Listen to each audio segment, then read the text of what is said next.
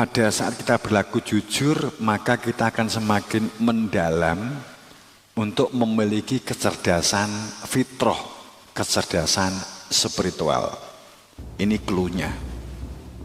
Semakin Anda jujur, semakin memungkinkan Anda untuk menjadi orang yang memiliki kecerdasan spiritual, kecerdasan fitrah lebih cepat daripada yang tidak terbiasa jujur.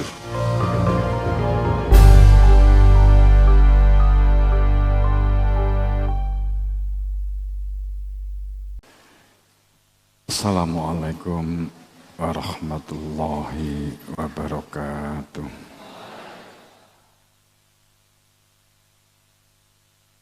Bismillahirrahmanirrahim. Alhamdulillahirabbil alamin. Wassalatu wassalamu ala sayyidina Muhammadin wa ala alihi wa ashabihi ajma'in. Allahumma sholli ala sayyidina Muhammad wa ala ali sayyidina Muhammad. Qul in kuntum tuhibbunallah fattabi'uni yuhibbukumullah wa yaghfir lakum dzunubakum. Wallahu ghafurur rahim.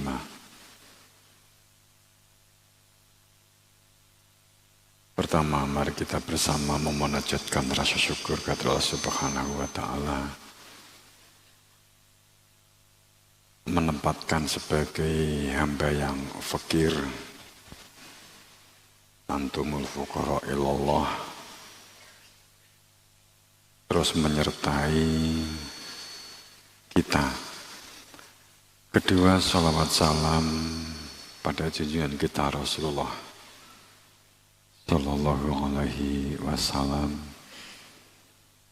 Biqauli Allahumma sholli ala sayyidina Muhammad wa ala ali sayyidina Muhammad.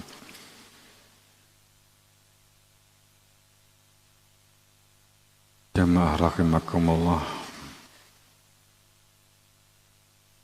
kita akan menghadapi bulan Ramadan. Sabtu kita sudah mulai puasa.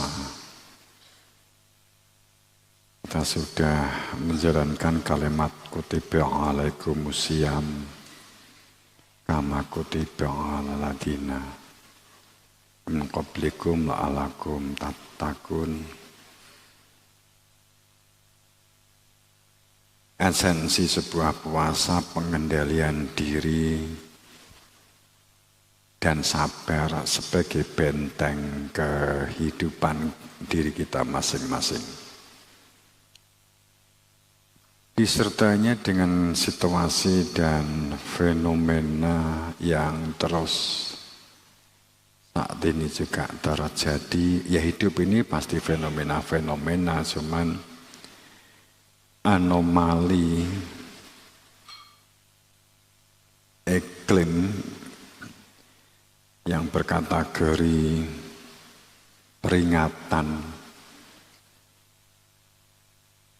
merusak fasilitas sarana prasarana yang terus bergiliran dan bergantian di negara kita sendiri pun di negara-negara yang lain. Sepertinya memberikan gambaran untuk mengingatkan kita bagaimana seharusnya kita itu menghamba kepada Allah Subhanahu wa taala.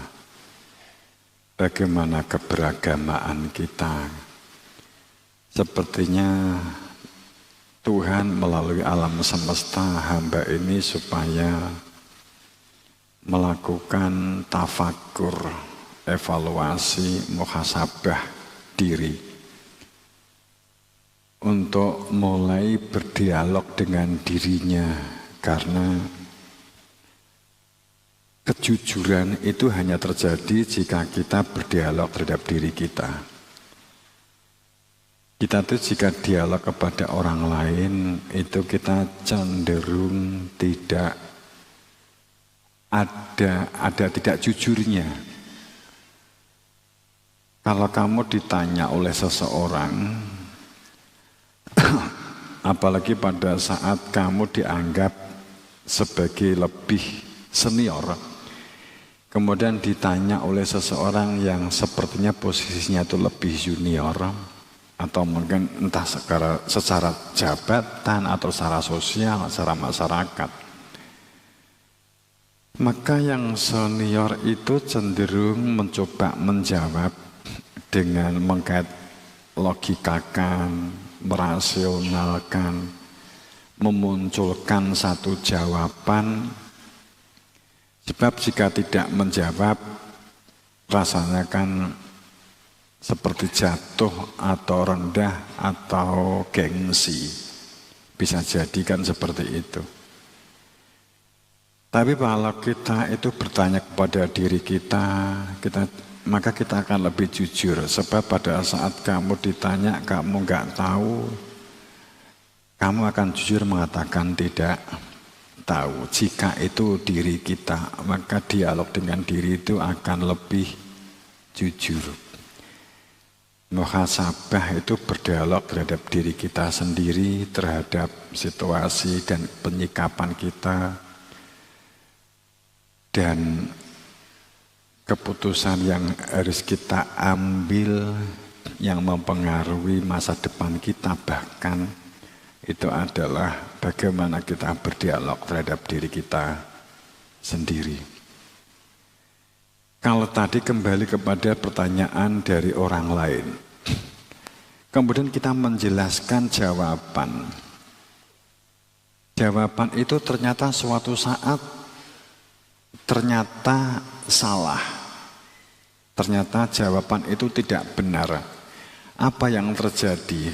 Pernahkah kamu mengalami menjawab sebuah pertanyaan dari orang lain, siapapun itu, entah anakmu, temanmu, mbakyumu, adikmu.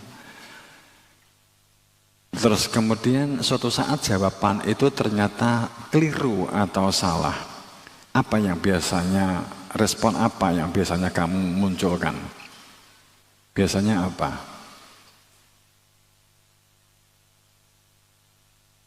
Kalau kamu ketemu orang yang bertanya, bagaimana kamu menyikapinya?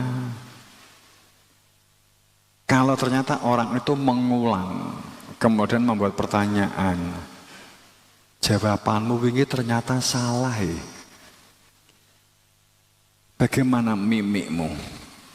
Wajahmu bisa jadi ingah-ingih, ada yang bisa cuek tapi jarang, tapi yang sering lawong. Biasanya dibuka dengan jawaban lawong. Mencoba mencari alibi pembenaran supaya tidak menjadi yang salahkan. Biasanya begitu. Pernah nggak ngalami begitu? Pernah ngalami? Ada yang sering? Pernah nggak kita dialog terhadap diri kita sendiri? Kamu salah, nyaman. Jawaban kamu tidak benar, nyaman. Kan gitu kan, tinggal ngoreksi ulang begitu saja kan, enak. Itu namanya jujur. Tapi yang jelas bahwa dialog dengan orang lain itu cenderung kita menyembunyikan kebenaran dan kita mencoba mengangkat pembenaran. Sama Romo juga sering mengalami begitu. Gini tak jawab, aku gak ngerti, tapi ngomong gak ngerti malu. Tapi jika saya tidak menjawab, saya dikatakan bodoh. Tapi jika menjawab, bisa jadi salah. Tapi disinilah sesungguhnya juga akan memicu kecerdasan Anda. Apa yang harus dilakukan kalau kita menemui sebuah pertanyaan yang sebenarnya kita juga tidak tahu atas pertanyaan itu? Apa yang harus dilakukan? Orang itu satu cenderung pembelaan diri. Orang itu cenderung membela diri. Orang itu memiliki karakter dasar tidak mau disalahkan. Kedua, itu kecenderungan orang. Antara alibi dan argumen itu sering beralibi. Itu kecenderungan manusia. Apa yang butuh kita latih supaya kita tetap berada di dalam perilaku jujur?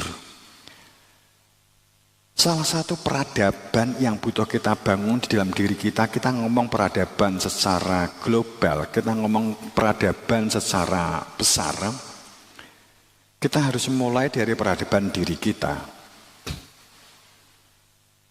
Kalau kita nggak memiliki strategi untuk berkata jujur, peradaban tidak pernah terbangun dalam diri kita, sehingga kita ngomong perubahan peradaban dan membangun peradaban baru hanya akan sebuah omon-omon.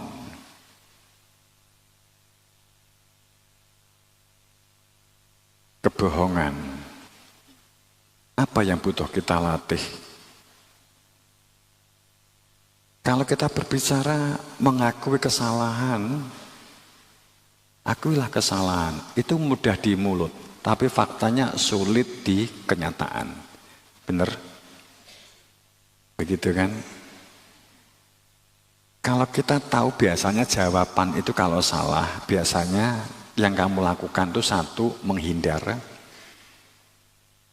Kedua, berharap semoga yang bertanya itu lupa. Seperti saat kamu dulu sekolah, kamu nggak mengerjakan PR, dongomu itu kusuk. Semoga Pak Guru lupa, semoga Pak Guru lupa, semoga Pak Guru lupa. Saat mulai gurunya itu assalamualaikum, saat ustadznya mulai assalamualaikum, 5 menit, 10 menit, PR-nya nggak ditanya. Alhamdulillah. Ternyata sebelum ditutup pelajarannya, ternyata gurunya PR-nya dikumpulkan dele kan gitu. Wah itu marah itu. Ini guru kacau ini, guru kacau ini. Tapi akhirnya terkadang memunculkan kecerdasan yang bisa jadi kecerdasan salah tempat. Akhirnya harus berpikir, cari alasan, memiliki alternatif sebanyak-banyaknya. Saat seperti itu biasanya orang menjadi cerdas. Kalau saya argumen ini ketahuan nggak ya? Kalau begini ketahuan nggak ya? Kalau begini gimana ya kan gitu. Biasanya kalau kita apalagi kepada anak sendiri ya gitu ya, itu ini yang menjadi masalah, sikap apa yang kita perlukan. Sudah menemukan jawaban? Sikap apa yang diperlukan? Saat kita mencoba memaksa menjawab pertanyaan yang sesungguhnya kita tuh tidak bisa menjawab, bahkan dengan pertanyaannya itu sendiri saja kita tidak paham. Tapi kita untuk sekedar untuk mengakui pertanyaan kita itu nggak paham, kita kan malu. Kalau nggak bisa menjawab jawaban, jik mending. Tapi yang lebih parah terkadang pertanyaannya saja kita nggak paham.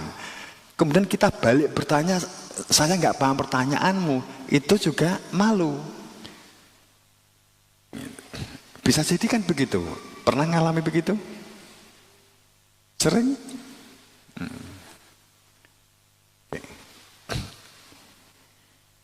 Itu kan kebiasaan berani mengakui salah, keberanian mengakui. Makanya kalau Anda menjawab, kalau kamu nggak tahu, langsung sertai. Iki jawaban, iki masih tentatif loh yo. Bisa benar, bisa salah. Karena saya juga nggak tahu, bisa jadi salah. Kalau ternyata benar, ya alhamdulillah. Kalau salah, ya Bapak bisa jadi ya manusia juga tempatnya salah dan dosa. Kan wis nek dalile kan gitu.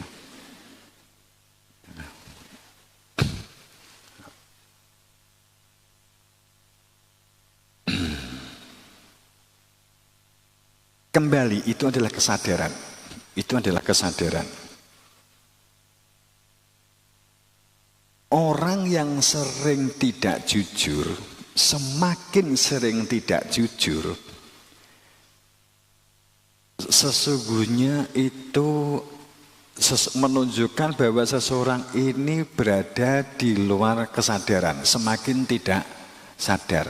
Dengan kata lain, orang yang berani mengakui kekurangan kelemahan diri, dia semakin jujur, semakin memungkinkan untuk bertumbuh dan berkembang, dan semakin memungkinkan memiliki peluang lebih besar daripada yang tidak memiliki kesadaran.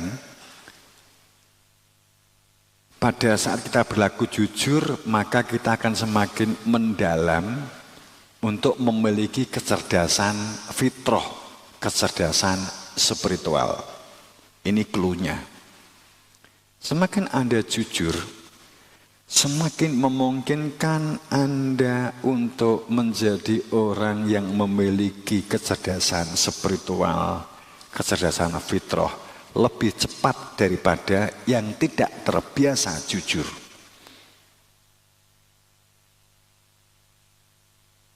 Itu tentang jujur, kacang hijau.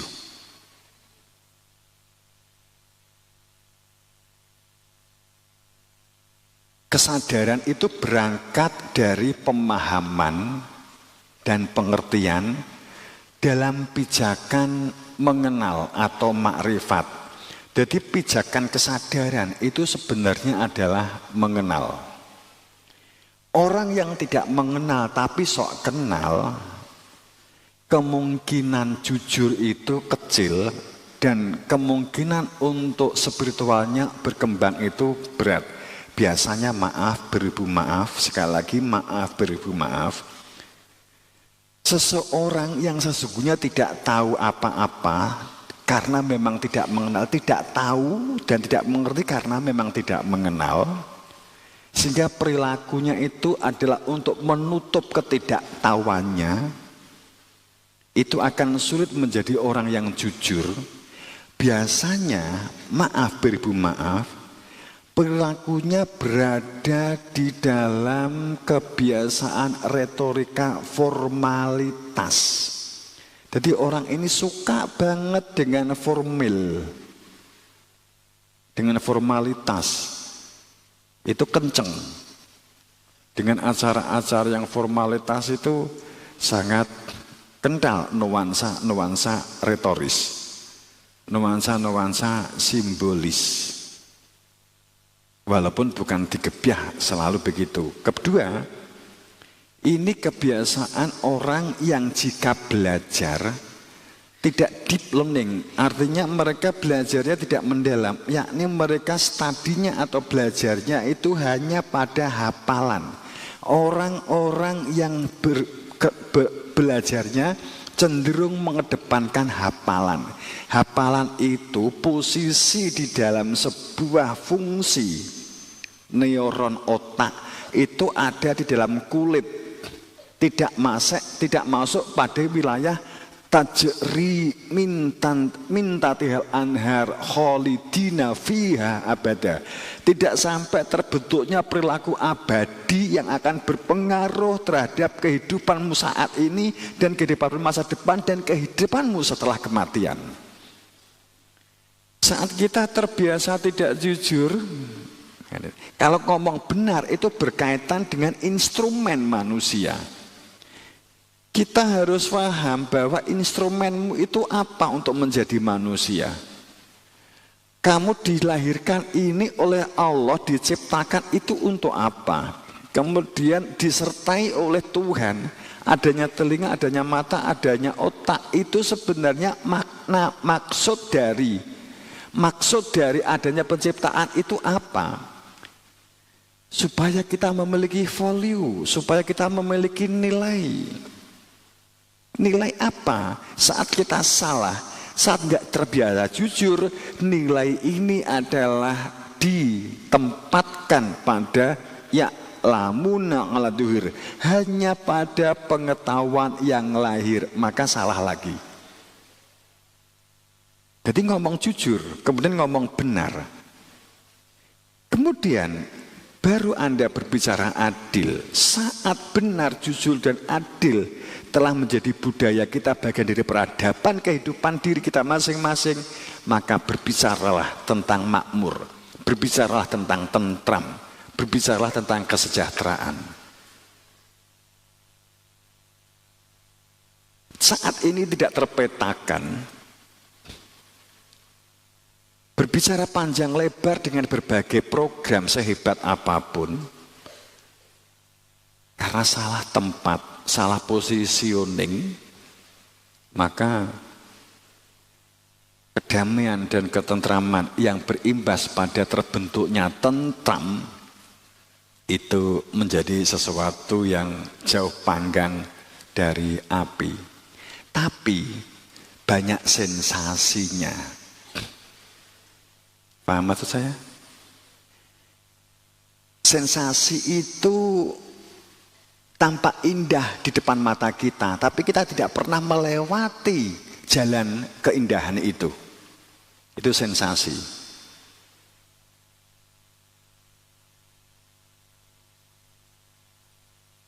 Kamu masuk ke daerah pegunungan, kamu merasakan sensasinya luar biasa. Kamu bicarakan ke sana ke sini. Karena kamu hanya mengalami fenomena, kamu datang hanya sekali-kali saja ke pegunungan itu.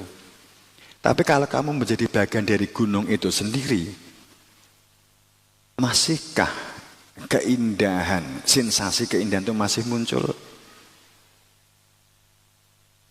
Persis seperti kamu sebelum menikah, atau persis saat kamu tuh mencintai seseorang yang masih jauh belum dikenal. Baru pandangan pertama begitu menggoda, selanjutnya terserah Anda. Itu sensasinya luar biasa, penuh dengan sensasi. Saat lewat orang yang kamu cintai, padahal dia itu juga nggak tahu tentang kamu. Senyum itu padahal senyum ya karena sebagai manusia, kamu sudah meledak-ledak, dek, dek, dek. Berjalan sudah bagaikan di atas Siratal Mustaqim. Takut terjatuh.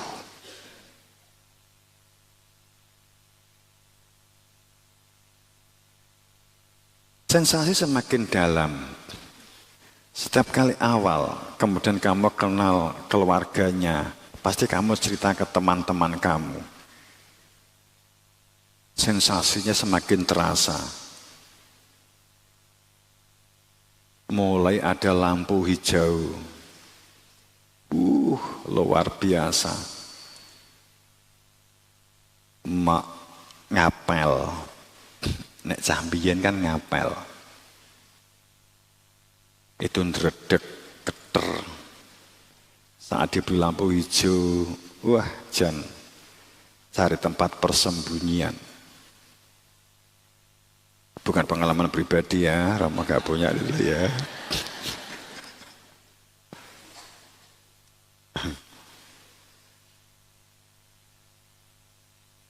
Setelah menjadi istrinya, masihkah sensasi itu menyertai?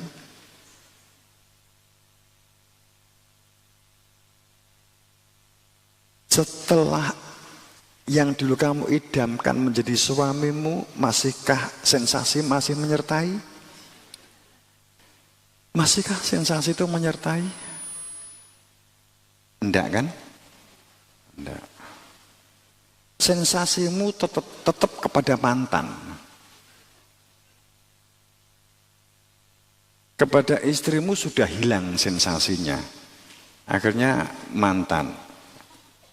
Akhirnya banyak mencari mantan supaya nanti terus ada sensasi. Itu. Ki ngomong pacaran begini. Sebenarnya cluenya tadi saya matur bahwa kesadaran itu berangkat dari sebuah pemahaman. Yang pijakannya itu adalah mengenal. Semakin kita mengenal sesuatu semakin baik, maka kita akan semakin berproses menjadi manusia sadar.